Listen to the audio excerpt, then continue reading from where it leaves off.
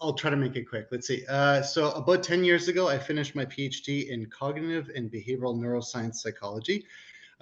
Since then, over the past almost 10 years, I've been in industry, pretty much left academia, went straight into the job world. I've been in a bunch of different jobs: market research, clinical research, innovation, R&D stuff, UX design and research. And now, interestingly enough, I'm in the financial institute. So I work for Scotiabank in the people analytics department. So I study all the employees and their well-being and engagement and retention at Scotiabank.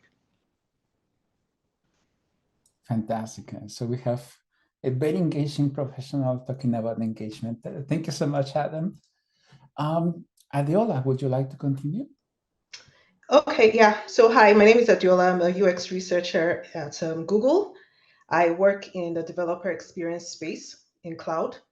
And I completed my PhD in information systems in Norway about 2016. Before joining Google, I worked at a bank and also did some teaching at MRU. Nice to meet you all. Pleasure to meet you, Deola. Thank you for joining. Isabel, would you like to introduce yourself? Yeah, hi everyone.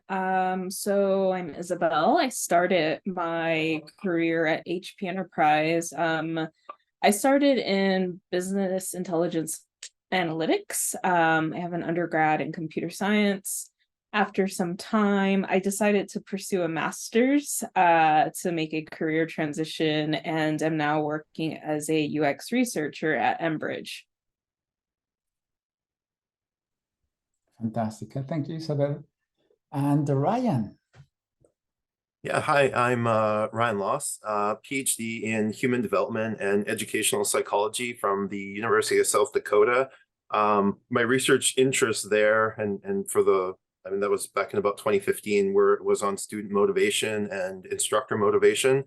I slowly kind of moved into the world of working within academia, but within centers of teaching and learning for about 5 years or so, and then up until about 2 or 3 years ago, it was decided to move over into industry, and began looking at around this time last year, and was lucky and had the opportunity to move over to TELUS Digital, where I'm the UX research manager right now. Amazing. Thank you so much, Ryan. Okay, well, as the title suggests, we're talking about closing the gap between industry and academy, but I think it would be fair to ask, actually, there is a gap, does it really exist? How does it look like? So I'm going to start with Ryan. What do you think? Yeah, definitely a gap. I think for me, I'm coming from quite a research intensive institution, not only, I guess, my education, but the last, 5 years of my life. And I don't know if the gap is the fault of education or the fault of my own, but my personal experience is I had never really considered industry again up until about 13 months ago. It was never. I guess at the same time, it was never really presented as an option. I think the closest I ever got to perhaps considering industry was, going to my American Psychology Association conferences every year. And there would be your typical, alternative career where they would explore careers outside of academia. And I mean, all sorts of things like tree whisperers and any sort of interesting thing that psychology was up to. But I think that's what kind of opened my eyes a little bit, and then just all the things that are going on in academia right now pushed me over. So I realized my experience might be a little bit different because I was in a teaching and learning center for the last 5 years or so, but I think it helped a little bit in my transition. Excellent. Thank you so much, Ryan. Adeola, same question. How does the gap look like, if there is any? Okay, so I would say okay. I think the gap is it depends. I know that's something we'd always say. So while I was at the bank, I would say there might be a gap in the sense of how in academia, when you're approaching research, you're approaching it from a much more rigorous, like methodical perspective. But then in my current role, those skills that you have as an academic person are seen as strengths. Because here, there's more focus on doing research. Yes, we want to produce research quickly, but at the same time, they expect to see some of the standards that you would use within academia being used when you're approaching here. So I would say generally, do not, for anyone who is currently in academia and concerned about making this transition, do not think that your academic experience is necessarily a limitation, because you might find that the organization you end up with is an organization where these academic background is seen as a strength. Fantastic. Thank you, Deola. And yeah, I love when there is a phrase, or we start with a phrase saying, it depends. I think that's our trademark. So thank you for bringing it right away. Isabel, how the gap is looking like for you? So working at a legacy company like Enbridge, I think it's a little bit more apparent because you spend day to day going, interacting with individuals who have decades worth of career knowledge. And a lot of them have spent a lot of their time at Enbridge. There's a wide range. We have PhD holders who have been working in their careers for up to 20 plus years. And then you have someone like me who I think I'm considered mid-career now, but I barely got my master's last year.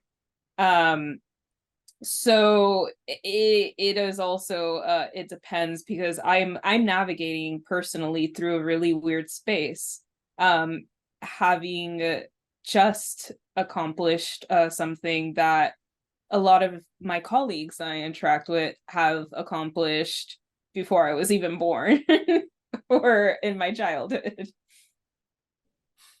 Fantastic. Well, that makes you feel better. When I got my master's degree, yeah, we were start using USBs. So I don't know if that makes you, if that also gives you a good sense of where we were.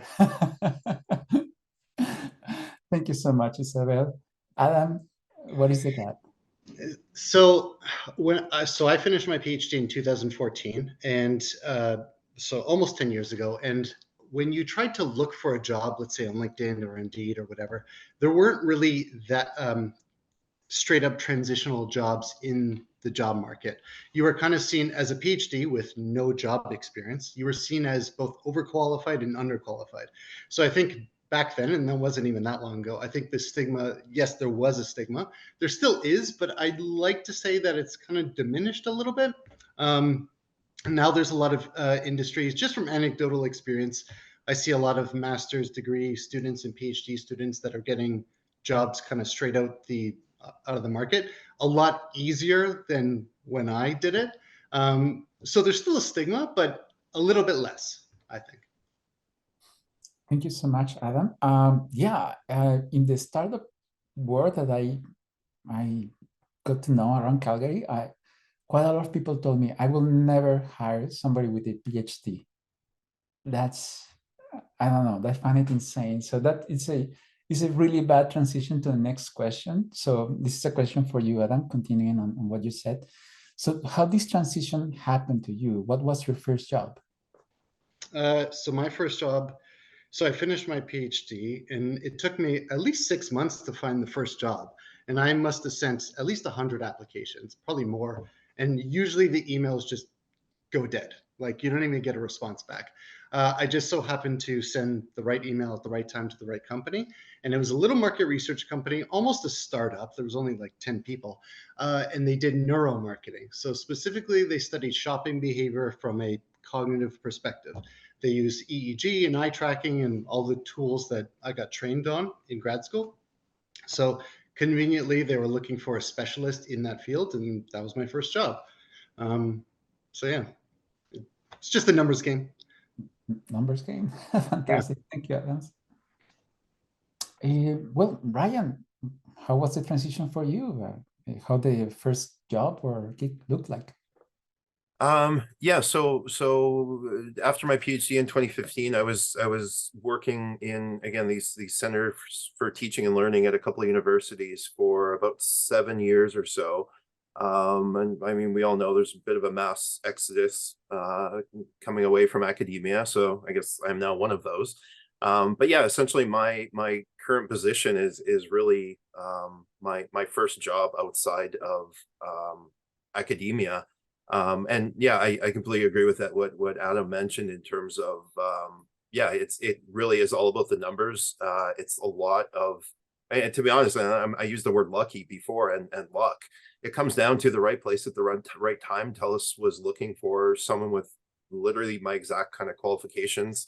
I think in terms of hiring a PhD over someone with lots of industry experience, it can be, I think, a little bit of a risk to a degree, but I think the folks doing the hiring have to understand what an academic can bring to the table.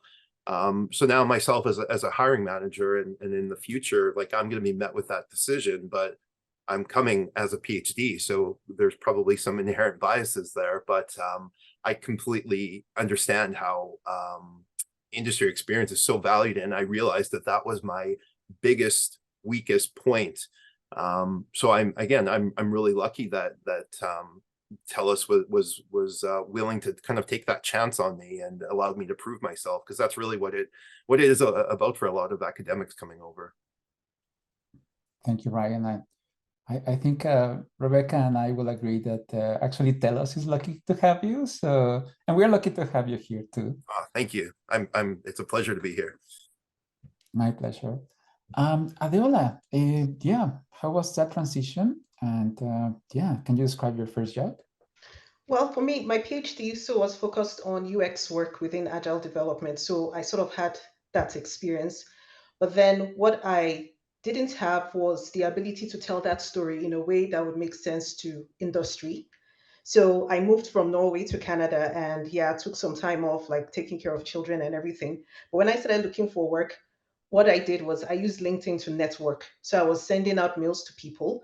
Like I would say, hello, I see you're interested, you're in this role. I'm interested in talking to you. And what that gave me was the opportunity to be able to strengthen my narrative. And it was even through that connection that I got my first job with teaching at MRU, where I was teaching UX, and then eventually got this job at, yeah, and where I am today. So and I think maybe it also goes back to that discussion about the gap. Like, okay, in academia, you're used to just focus, like just being by yourself in a space, but then you don't necessarily have the social skills to be able to tell your story. So I would say networking is very important. Like if you're connecting with someone on LinkedIn, send a message, explain why you want to talk to the person, and it helps you be confident in being able to tell your story. And you find that as you tell this story over and over again, you find out that you become more confident as a candidate, and you're able to sell yourself. Yeah. Thank you, Deola. Yeah, for everybody reaching out on LinkedIn. Just spend some time introducing yourself. I think that's important, and thank you for doing that remark on confidence. Isabel, yeah, how was that first job, and how the transition looked like? So my first job getting out of undergrad was to HP Enterprise. I had classmates who were in an internship that then transitioned to full-time, who then pushed for me when I applied there. So it kind of goes down to having a network that is also willing to, look out for you in that way. That started my career in BI for some time. When I decided to make that transition to UX, it was more of a lone game for me because I didn't have that network. My network at the time was building to be to other data experts. So as everyone is kind of hinting at, going to LinkedIn was key, building that network, especially when trying to decide on a university that I wanted to attend. Going up to somebody that graduated from said university and saying, hey, Can I just have a chat with you? I just want to understand how you found the curriculum, that university, etc. A lot of people are really willing to take the time to talk to you. And it's not really that daunting. I know that it can kind of feel overwhelming for some individuals, but just breaking it down into small little tasks for yourself can really help with that transition. As Adam mentioned before, even now through my entire career and experience when trying to find a job, I found it being hundreds and hundreds of applications being submitted before I found the one. And as that one saying goes, trying to find a full-time job is a full-time job in itself. So there is still a transitional piece that needs to be made when trying to find that new job, because it takes up a lot of your time. And I think if you're trying to find that one place for you, it will be worth the time. Totally. Thank you so much, Isabel.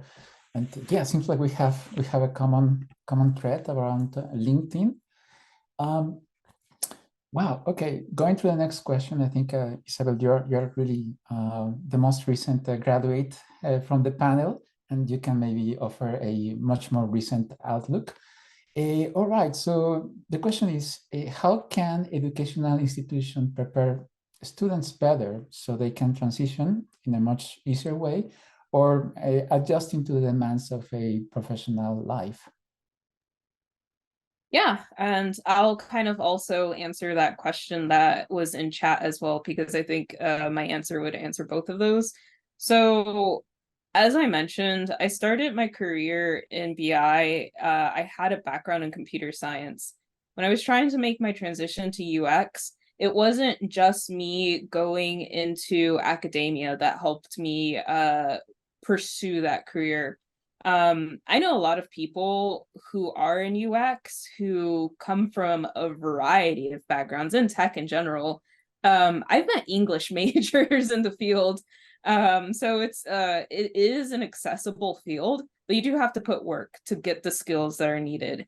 I didn't just focus on going to school so that I can be in UX. I also focused in taking online courses, interacting in my local groups, such as Calgary UX. I'm not from Calgary, but as an example, as a shout out, because those groups connected me to industry experts, while also occasionally having activities that were relevant to the role that I was trying to expand on.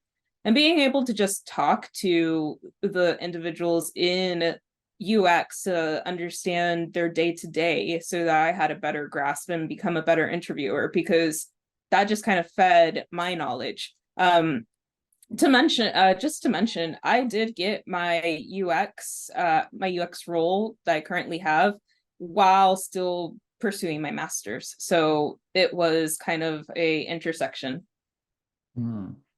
Excellent. Thank you so much. And yeah, that really puts quite a lot of pressure, right? Like, hey, you have to work and you have to finish school too.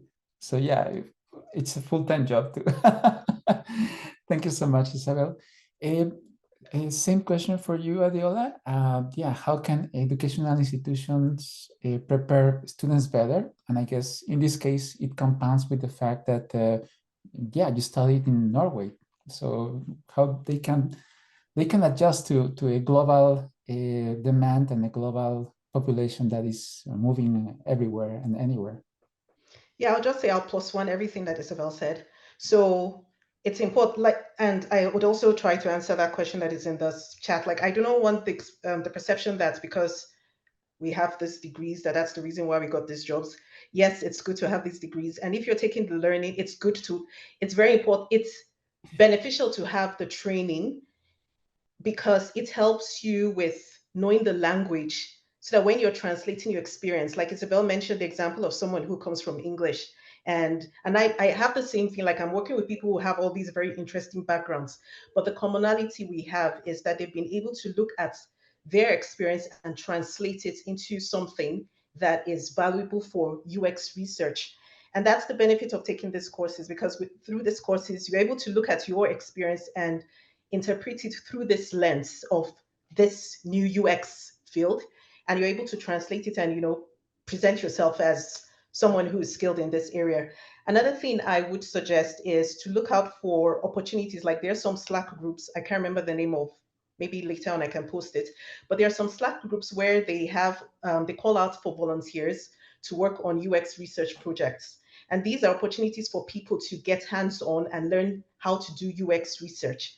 And another benefit of this, again, is you might have worked on a project while at school unrelated to UX research, but working on this project, you're able to understand, okay, I did this. This is actually doing UX research. I mean, at the heart of UX research, we're trying to understand human behavior and to improve things for people. So yeah, so that's something that can be done.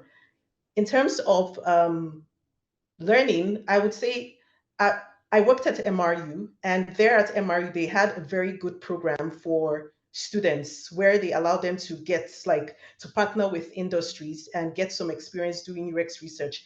I'm not saying this for everyone to go and sign up for a course at MRU, but then just highlighting one way that academic institutions can bridge this gap. Great answer. Thank you so much, Adeola. And just for the audience that is going to watch the recording, I'm going to mention the question that was in the chat. The question was, do you suggest that people should be taking things like some of the courses listed on LinkedIn? And yeah, we have our wonderful Isabel and Adeola answering to that.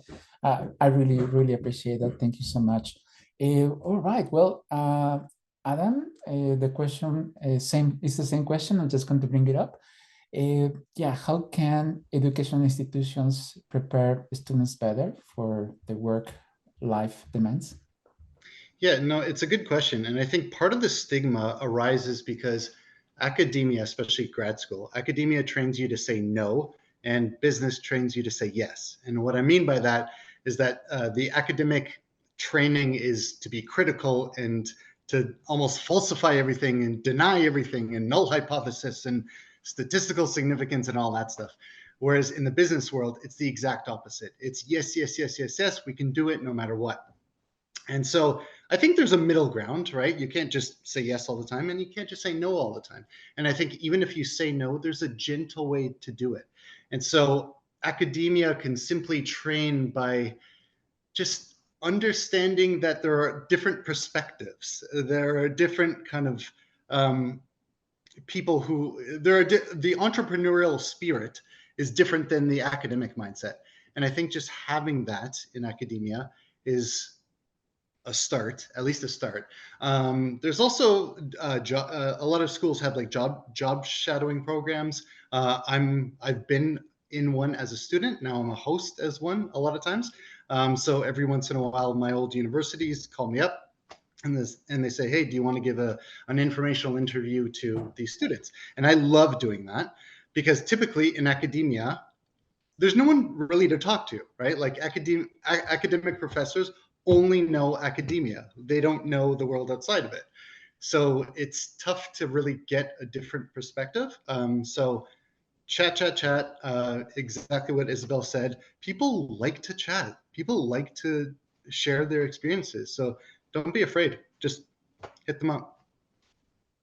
Fantastic. I love the way that you frame it to say no and yes. Yeah, it's a really good way to see that. Thank you for that beautiful. Well, it's a beautiful way to frame it. Ryan, yeah, what can education institutions help us? Yeah, so I think there's, I guess, maybe a bit of a divide in how this could be answered, at least from my perspective of being involved with Centers for Teaching and Learning. I think if we look at colleges and trade schools and design schools, I think they do their formation and their foundation is built more upon opportunities for experiential learning. So I think that's already built in a little bit. As we know, universities can run a little bit top heavy. So I know that it's I guess something that's on at least their radar and it's being encouraged more is to encourage those experiential learning opportunities. So, and perhaps I have a bit of a brutalist attitude on this, just because those opportunities when I was in higher education on the university side weren't there for me. And the reason I say like a brutalist attitude is I think that some of those relationships and figuring out kind of that transition to industry is a little bit on us as students and current students and past students. So I mean, I was in human development and educational psychology. So the expectation and my assumption for myself was I would eventually be a faculty member of some sort, to which I was to a degree. But the expectation in terms of careers and going into industry was more so school counselor, guidance counselor, doing cognitive assessments, things like that. So I had to really think more so outside of the box and look at what I enjoyed, looked at what my skill set was. And I think, and maybe I would recommend for some people, at least I think I would have liked to have heard this when I was thinking and looking at things last summer, is if you're looking to transition, or if you're here, you're probably already kind of in the right direction. But if you're looking at things kind of from a 20,000 foot view, go even further, go to like a 50,000 foot view. Think about what you enjoy, think about where your skills can really help. In terms of, so I guess if you're interested in a particular research area, zoom out further above that. So the example that I give for myself is that I really enjoy the research process. Of course, I enjoy research, but the process of how it's created, how it's formed, facilitating, all of those sort of things that kind of fall into, I guess, research operations and my current role of research management, I truly enjoy. So I think given kind of the circumstances we're in, like financially, and where tech is, and just the whole job aspect around UX, I'd suggest and try to maybe recommend to folks to look outside of just strictly UX and to get that industry experience and consider things like research operations, research management, even coordination, things like that. I think that is a really good thing to look at, that I think a lot of people, I mean, it's worth looking into. And then I guess commenting back on the comment that was in the chat in terms of things I did to help me. Yeah, of course, I was on LinkedIn. In terms of training and things like that, if I put my hiring manager hat on and I see someone that has some education, has no industry experience, but I see that they have a lot of LinkedIn courses and training, I think that's great. But I think for me personally, I look at that as a huge positive. This person is really eager to learn, more so than the actual courses and what they might represent. So that's where I kind of take that from a hiring manager perspective. That's and thank you, Ryan. That's actually the perfect segue to the next question, because yeah, certainly now you're a hiring manager, you're hiring for a big company, and yeah, you mentioned some of the biases that most likely you could bring, but also, yeah, you can see the opposite side of the spectrum, right? So the question is, yeah, what strategies can employers implement to bridge the gap between the skills learned in academia and the practical skills required in the workplace? Yeah, I mean, that's a great question. And again, maybe I just am a brutalist in general, but I think that is a lot on kind of on the candidate and on how they market themselves. If anyone's interested in how I marketed myself, my website should still be up, ryanloss.com. That's kind of, I literally have not changed anything. That's kind of the approach I took at marketing myself exactly about 13 months ago. It's unchanged. I haven't went in there. So that's kind of how I marketed myself. In terms of kind of industry doing that, I can't really speak to, I guess, how we would do that, but like things that I would be interested in are looking and kind of bringing PhDs that are already into the mix, trying to upskill and look at those things like communication and kind of bridging that. Because I know in larger companies might have the opportunities to have sessions and things like that for new hires. So yeah, that's really, I think, the greatest degree that I can speak to that portion about. Thank you so much, Ryan. And I put the website in the chat, and I will add that website to the recording notes, so everybody can take a look and yeah, potentially learn quite a lot from this great example. Well, for the rest of the panelists, I don't know if you are in hiring positions. So the question could be very specific about what would you do, or could be more general about what would you feel like most companies should be doing in order to bridge that gap. So I'm going to start with you, Isabel. Yeah, what are your comments on that? So me as an individual contributor, what I have been doing to lessen that gap is actually hosting external groups at my company at Enbridge. So we actually have a few organizations I've worked with, YPP, which is Young Pipelines Professionals, Feminine, which is a ERG internally to the company, but they brought in Lean and Latinas. And I'm working with Hexagon UX to come in and tour the space while also giving them relevant information that would be beneficial to help them understand what work looks like at our our lab, what we call it. So that I think is a small way for me to play a part in helping, but I'd also encourage businesses to sponsor their employees to do that at wider scales, because it's valuable what we industry leaders have, and it's sometimes referring back to my past academia experience, there's no direction given, so it'd be nice to have that. Thank you. And it's not a small way, not at all.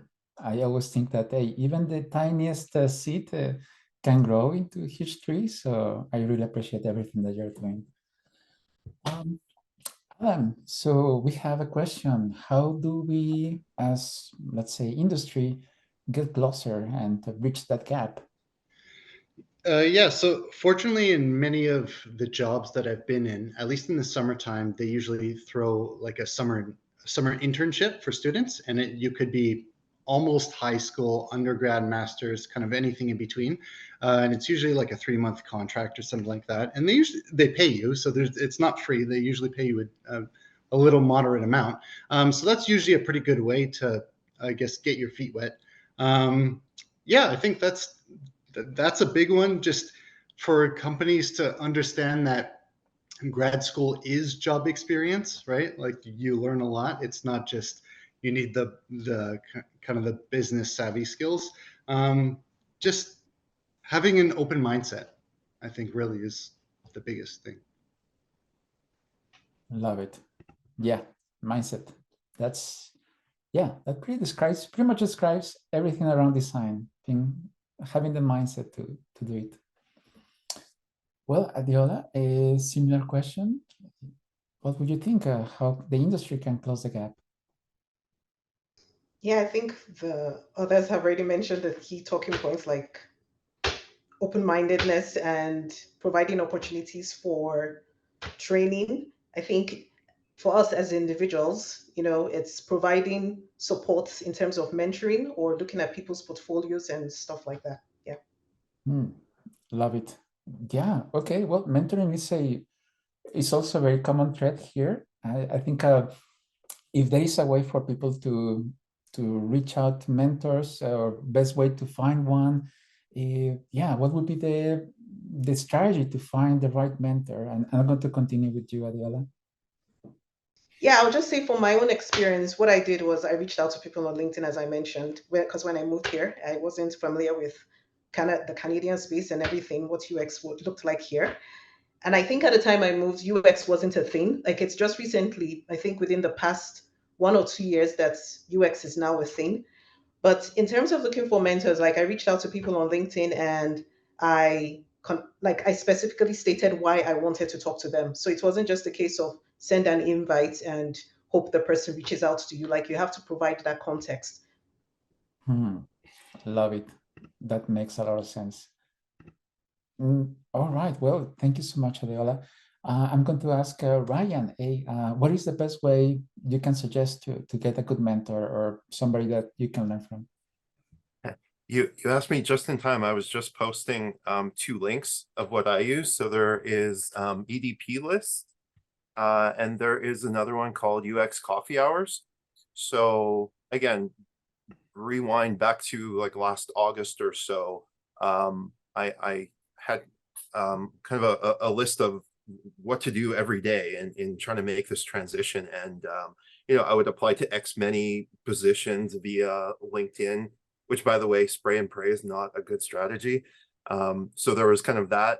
My second thing was improve my portfolio and things like that, and my resume, and kind of just, again, don't get too obsessed doing that either. That's another waste of time. The third one, though, and by far was the most helpful, was, yes, mentorship and getting those relationships. So what I did, my assumption was going to UX, I was leaning more towards the education technology route. So yeah, I went on those 2 sites I just posted. I looked at across the board. I mean, I arranged mentorship meetings with folks from Shell, technology, Google, Metas, the things, all of that, also all over the place, and just got input and kind of, you know, triangulated my findings, and tried to see where things were, where they were at, and then in terms of the relationships, you know, some of them didn't work out, just didn't jive. Some of them, though, I would schedule another meeting, you know, 3 weeks, 4 weeks later. And some of those, I still have 4 or 5 mentors that I talk to, you know, on a quarterly basis now. So those relationships are just critical. Yeah, so I would highly suggest that. And of course, I mean, LinkedIn is there. Don't be afraid. Like I think it's been kind of a theme throughout. Don't be afraid to message people. And I'll mention in terms of LinkedIn as well, I think my initial strategy was quantity over quality. So I would definitely say to hit for the quality, you know, send an intro message, really try to establish those relationships. Getting over 1,000 people on LinkedIn is not nearly as impressive as getting 10 real high quality people that you can talk to and trust. Yeah, I think that's by far my biggest piece of advice on mentorship. Thanks so much, Ryan. Seems like you still have those mentors and that relationship. So yeah. They're very, very powerful. Yes. It doesn't matter how old are you, you can always, and doesn't matter what you have achieved, you can always find somebody to help you out in your journey. Isabel, yeah, I know you're a mentor, so you can also give us some insights of what is the best way to personally reach out to you, but also maybe more as a general question, yeah, what would you suggest for people to find a good mentor for them? So maybe kind of also putting the other panelists on the spot. You can also reach out to us, maybe? Yeah. Okay. I'm totally open to be reached out to. As previously mentioned, state your intent. Why do you want to talk to us? We're more than happy. We just work with our busy schedules, and we'll just be flexible. One thing that I actually had a conversation with a intern here at Enbridge is reach out to people in your surroundings. I told him to reach out to an agile coach, and he was like, I don't know if that will work. He's not really in a field that I'm trying to pursue. And I was like, that doesn't matter. He has years of experience. He can tell you different point of views that I probably couldn't even tell you. Anyone can be a mentor. You can learn from anybody. And as Luis mentioned, it doesn't matter how old you are. And also doesn't matter how old they are, because everyone's got life experience somewhere and might have different experience from you. All of that is valuable, especially if you ask the right questions and use that information to benefit yourself.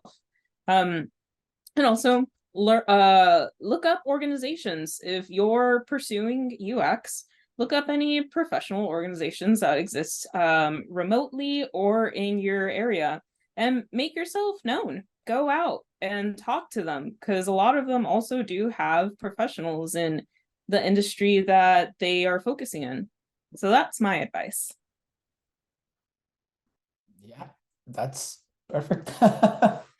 Thank you so much, Isabel. And yeah, I think not only you invite us to be part of the active mentorship body, but also you give us really good example, and I learned quite a lot from you too. Adam, a question about mentorship. What do you suggest for people to reach out to a mentor or maybe to you? So I think there's two ways. There's kind of a passive way and a more active way. And to kind of Ryan's, to allude to Ryan, there's a bit of that's synonymous with kind of quantity and quality. And so what I mean by that is passively, you can just connect with everybody on LinkedIn who's similar to you, because chances are they're going to be posting things, either interesting articles or job postings or whatever, anything. I have over 3,000 connections on LinkedIn, and I do not know all of them. I do not know most of them. I'm not that popular, so I don't have 3,000 friends, I promise you. So that's the passive way. You could also be on a whole bunch of like blogs related to your field. You can watch YouTube videos. So that's all passive. That gives you a little bit of an insight into what's going on. But then, yeah, qualitatively, pick a few and just reach out. Honestly, just reach out, short and sweet message. And usually a lot of people like to talk. So yeah, just go for it. Thank you. Yeah, just reach out. That's the magic formula. Make it happen. Just do it. Well, we're getting closer to our Q&A section, so I'm going to invite people to join the call, and it works better if you have your camera and your microphone, especially your microphone, so you can share the question.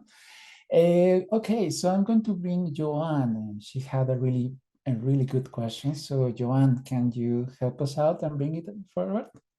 Hi there, thank you. I'm just wondering, for PhD graduates who have previous work experience, how do we bring this into a portfolio? If we don't have user experience, research experience, that was really awkwardly worded. How do we balance out this idea of, other projects that we've worked on in a PhD, the experience that we have from our jobs, and then what's kind of the value of them? Do you know what I mean? Versus if we also do some of the volunteering on like the projects that you've shared some of the links with us today, how do we, I know you probably can't quantify it of like, this is worth 20%, this is worth 30%, it's the depth, it's the right, there's a lot to it, but what's your overall suggestion? I guess because the idea that, going to an internship when you're perhaps a little bit older and have more work experience is not something that's viable. Do you know what I mean? Yeah, thank you for nodding. I'll take a stab at that. So typically, the biggest piece of advice I give to students, at least if you're applying to the business world, focus your conversations, your resume, everything on the meta skills you've gained from your education. So most academics, they say, I did my PhD in this molecular thing and I studied this little nuance or whatever. No one really cares about the actual your thesis or the individual thing you did. It's more of the meta skills. You're a scientist. You can do literature searching. You can translate technical jargon into layman's terms.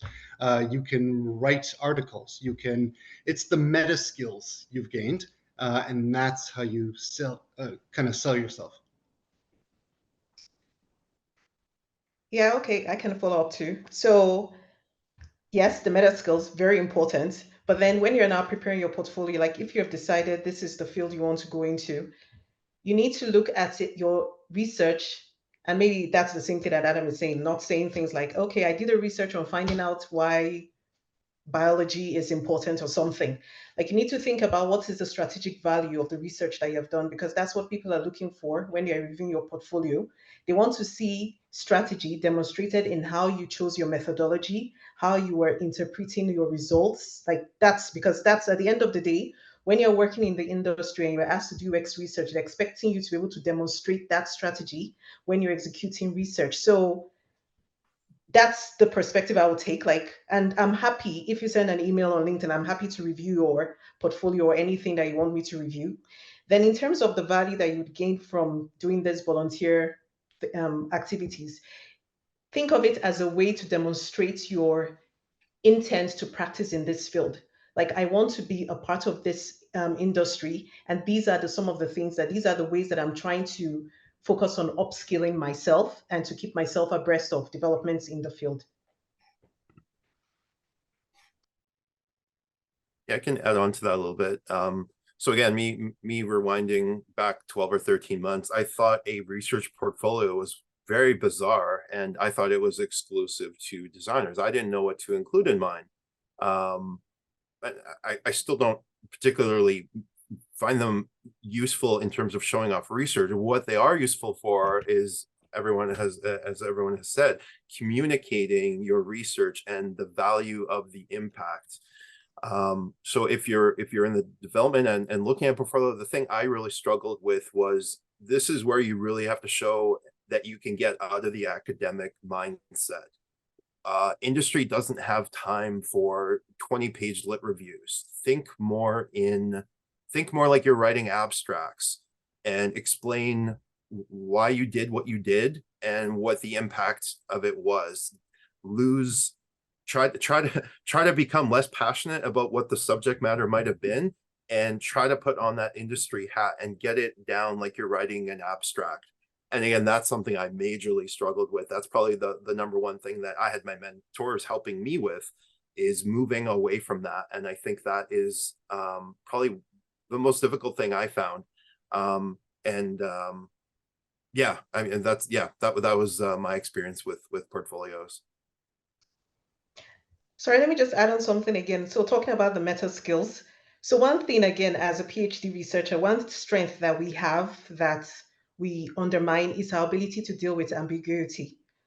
Just think of it like you did a project for 5 years, you defined the research scope, you did everything, like did all the investigation. So that's something that you should not see as, like, that's something to leverage. Yeah, that's all.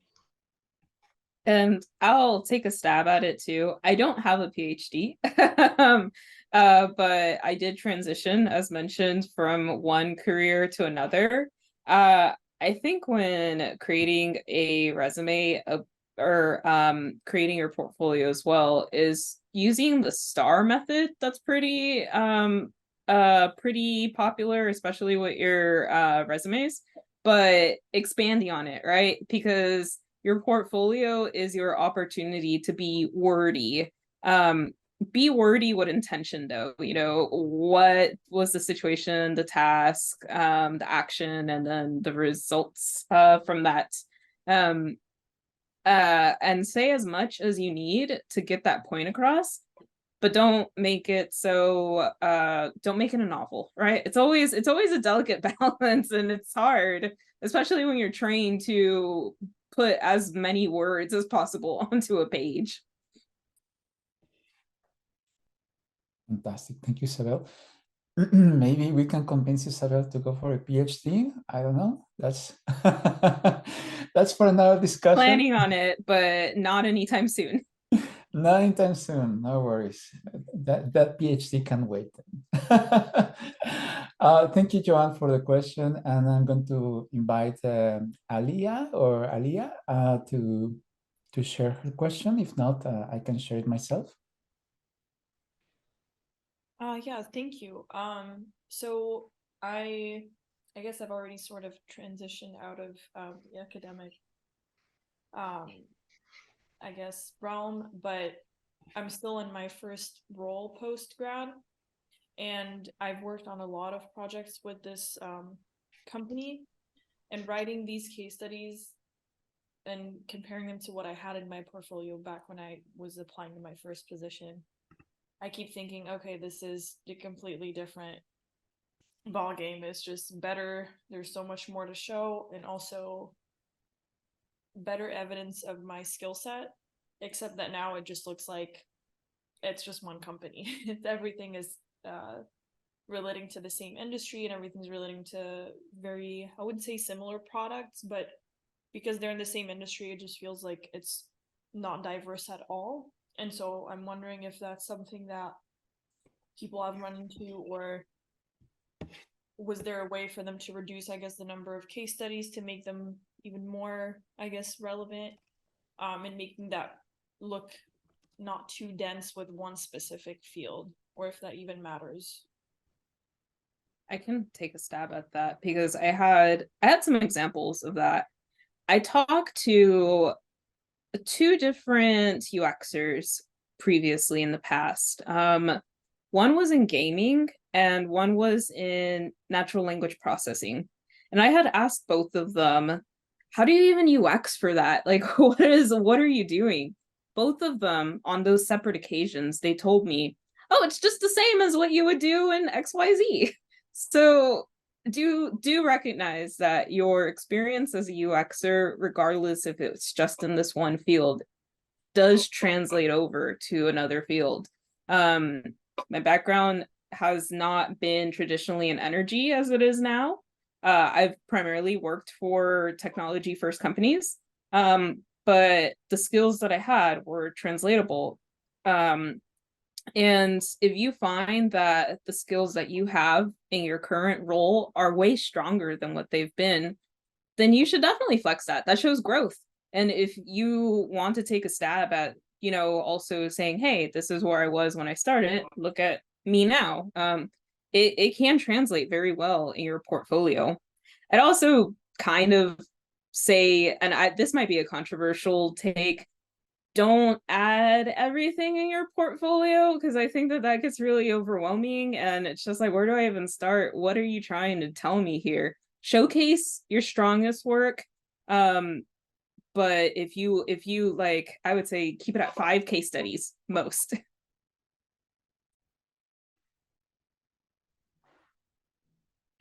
All right, controversial take. Any counterpoint on that? Or I think mine is even less, like not even 5 case studies.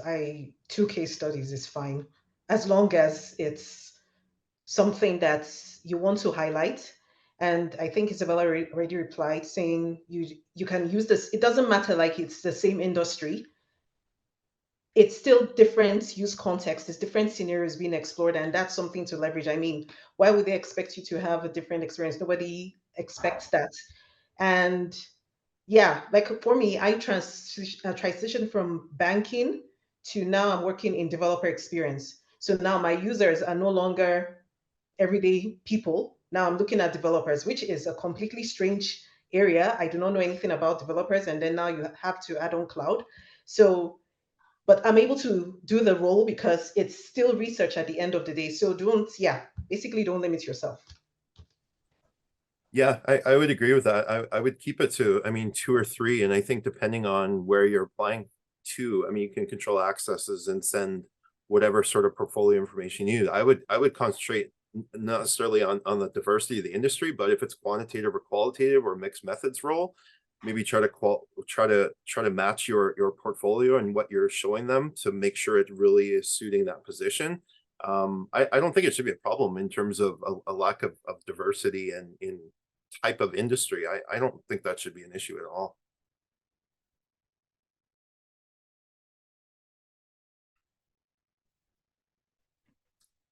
Fantastic. Well, we're almost at the top of the hour. I'm just going to ask anybody if you would like to stay a little bit longer for one more question, or yeah, let's say, I know that some of you are a bit of ahead of time. Okay. Yeah, so we had a question from Daniela. Daniela, would you like to bring it up? Hi, can you hear me? Yes. Okay, my question comes because I'm a product designer engineer and I had a lot of experience in user research. So like having a lot of people who's focused only on user research in here is amazing. And I was back in college, I was in a human resources research group. We did a lot of user research. And right now I'm not focused only on that because I'm studying UX design.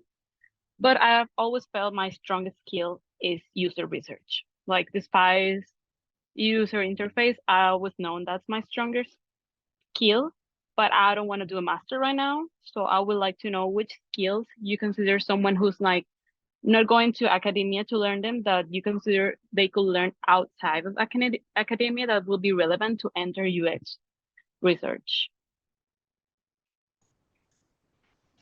I think if you're curious about people, that's kind of the best first start. Ask questions, be curious, and interestingly enough, like UX is always about the human interface between humans and some kind of app, technology, product, whatever. Ironically, it's not about that. Like the UX research, you do it to improve your product. But ironically, the product is the byproduct. It's all about the human, what their desires and needs and how they act and think. And so focus on the human and what they want. And if you have that curiosity, you're going to learn organically. I added to your question in the chat, learning about design thinking. This is kind of like the bread and butter right now, even outside of UX. It's becoming a new industry buzzword, I've found, but it is really integrated in the whole field of UX as a whole. It doesn't matter whether you're specifically focusing on research or design. Design thinking is our methodology and how we tackle problem solving, or one of them. I think it's the more popular one, I would say.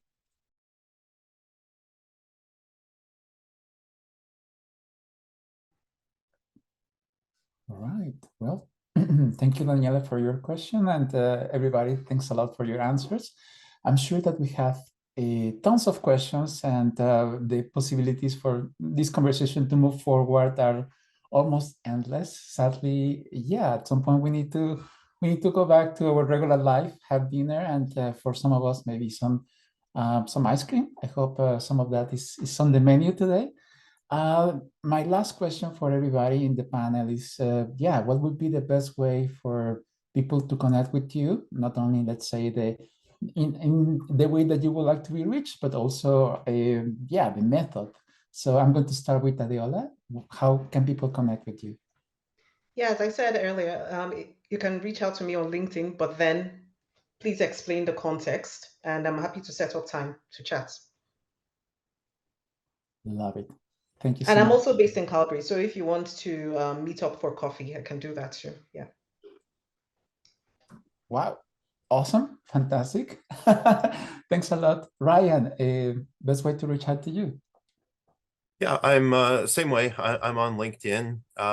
Yeah, just shoot me a connect. I'm more than happy, and I've done it in the past to meet for a few minutes to talk about things. And I mean, I've went anywhere from looking at resumes to, you know, interview prep to whatever. I'm the UX community, me coming in last year gave me so much. I only want to give back, and it feels good, right?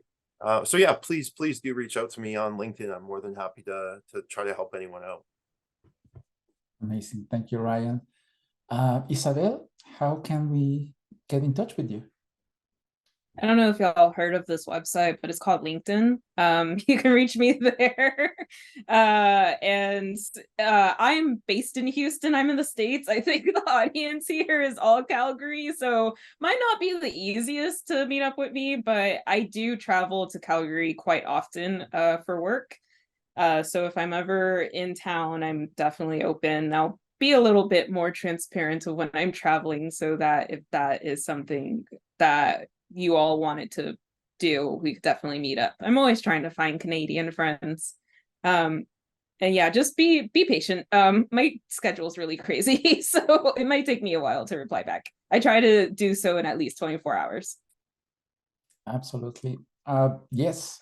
Also, maybe for anybody that is in Calgary wants to take the challenge to go to Houston and invite Isabel for an ice cream or coffee, I think that's a very good opportunity.